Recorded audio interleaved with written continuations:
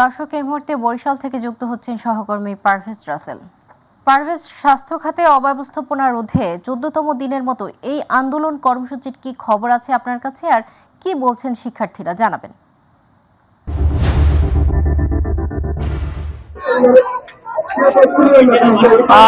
সদা যেমনটা জানতে চেয়েছেন, জানেন যে 14তম দিন কিন্তু চলছে শিক্ষার্থীদের আন্দোলনে বরিশাল।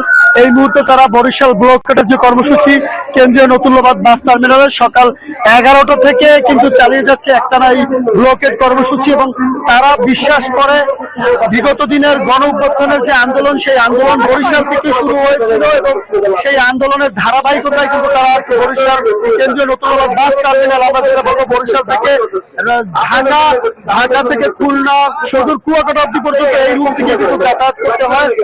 সকল গণপরিবহন গুলো কিন্তু এখান থেকেই চলে, তাই সেই বাস টার্মিনালে তারা এই মুহূর্তে ব্লকের কর্মসূচি পালন করছে এবং তারা বলছে তাদের দাবি আদায় না হওয়া পর্যন্ত স্বাস্থ্য খণ্ডের সকল সরকারি যে প্রতিষ্ঠানগুলো রয়েছে, স্বাস্থ্য কমপ্লেক্সগুলো রয়েছে, Barishal Sher e Bangla medical college hospital রয়েছে, সেসব জায়গায় যদি স্বাস্থ্য খাতের সংস্কার করা না হয়, চিকিৎসা সেবা নিশ্চিত করা না হয়, সাধারণ মানুষ, সাধারণ রোগীদের শতভাগ চিকিৎসা সেবা নিশ্চিত না হয়, তদ্রূপ তারা এই আন্দোলন থেকে কোনোভাবেই উঠবে না। তাদের এই আন্দোলন কিন্তু চলবে এবং তারা বিশ্বাস করে যে যত আন্দোলন রয়েছে সব আন্দোলনের ধারাবাহিকতায় কিন্তু বরিশাল থেকে শুরু হয়েছিল এবং সেই ধারাবাহিকতায় এই আন্দোলন কোথায় রূপ নেবে তা কিন্তু তারা এখন পর্যন্ত জানে না। শিক্ষার্থীরা সকাল থেকে একটানা দুপুর পর্যন্ত কিন্তু তারা রাজপথে রয়েছে এবং তারা বিশ্বাস করে তাদের দাবিগুলো যৌক্তিক, এবং তারা বলছে যে স্বাস্থ্য যিনি সচিব রয়েছেন, স্বাস্থ্য উপদেষ্টা রয়েছেন, তারা তাদের সাথে এসে কথা বলবে এবং এর মধ্যে দিয়ে তারা সমাধান করবে। একজন শিক্ষার্থী রয়েছে যিনি আন্দোলন করছেন কয়েকদিন থেকে রাজপথে, কথা বলে জানতে চাই আপনাদের দাবিগুলো কি এবং এই যে আন্দোলন করছেন আপনারা।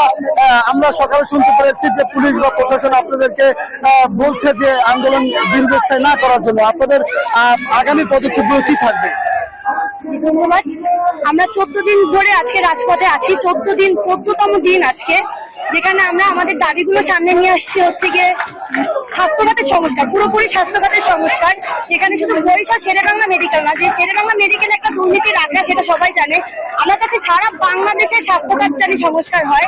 এখানে আমাদের দাবিগুলো আছে এমআরআই, আইসিইউ, তারপর ক্যাথ ল্যাব, এগুলো যেন আধুনিক যন্ত্রপাতি আসে, ডক্টররা যাতে আলাদা ক্লিনিক হসপিটাল খুলে না বসে, সরকারি সেবাটা যেটা আছে শের-ই-বাংলায় সেটা সুষ্ঠুভাবে দেয়। এইসব আন্দোলন নিয়ে আমরা আছি। যদি আমাদের দাবি না মানা হয়, আজকে সকালেও আমাদের উপরে আক্রমণ করা হয়েছে সেনাবাহিনী, পুলিশ, র্যাবের পক্ষ থেকে। সেই আক্রমণ আমরা প্রতিহত করে আমরা এখনো রাজপথে আছি। আমাদের যতক্ষণ না দাবি না মানা হবে, আমাদের সাথে পুলিশ, সেনাবাহিনী বা উপরোক্ত লোকেরা কথা বলার জন্য অনেক ট্রাই করেছে যে আন্দোলনের কর্মসূচি জানি আমরা ছোট করি বা টাইম কমিয়ে আনি, তা আরো না করি বা কিছু এরকম কথা বলা। ঠিক আছে, ধন্যবাদ। যেমনটা জানাচ্ছিলেন এই শিক্ষার্থীর পাশাপাশি আমরা আরো জানিয়ে রাখতে চাচ্ছি যে বরিশালে শুধু একটি দুটি না, সকল শিক্ষার্থী কিন্তু এই মুহূর্তে রাস্তায় নেমে এসেছে এবং তারা প্রত্যেকে দাবি করছে স্বাস্থ্য খাতের সংস্কার। তারা বিশ্বাস করে বিগত দিনের আন্দোলনের মধ্যে দিয়ে গণ অভ্যুত্থানে যেমন নতুন বাংলাদেশ পেয়েছে, তারা এই আন্দোলনের মধ্যে দিয়েও আগামীর স্বাস্থ্য খাতের সংস্কার করতে পারবে।